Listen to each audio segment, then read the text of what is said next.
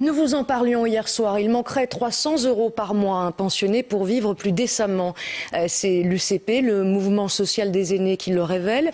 Alors, pour vérifier cette donnée, Axel Noirom et Marc Évrard sont allés à la rencontre de pensionnés, des personnes âgées qui n'arrivent pas à joindre les deux bouts. Reportage.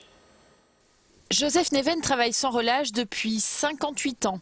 Toute sa vie, il l'a consacrée à son métier de boucher. Mais avec sa retraite, il ne parvient pas à boucler les fins de mois.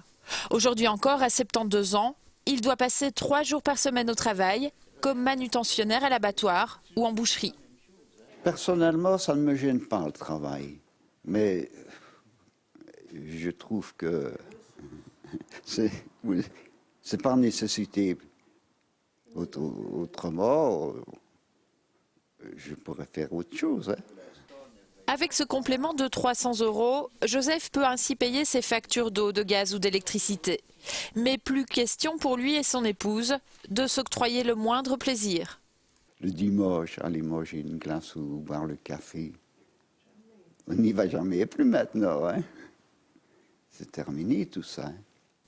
300 €, c'est justement ce qu'il manque aux retraités pour vivre correctement. Selon une récente étude, un pensionné sur 2 a du mal à joindre les deux bouts.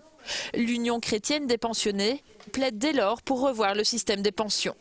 2 mesures concrètes, le relèvement de la pension minimale et donc de l'aligner sur le revenu minimum moyen garanti, et 2, de revoir la méthode de calcul, non pas sur 45 années de carrière, mais sur les 25 meilleures années avec un taux de remplacement pas de 60%, mais de 75%. Conséquence directe pour les 2 mesures, une augmentation environ de 300 à 350 € par personne pour les petites et moyennes pensions.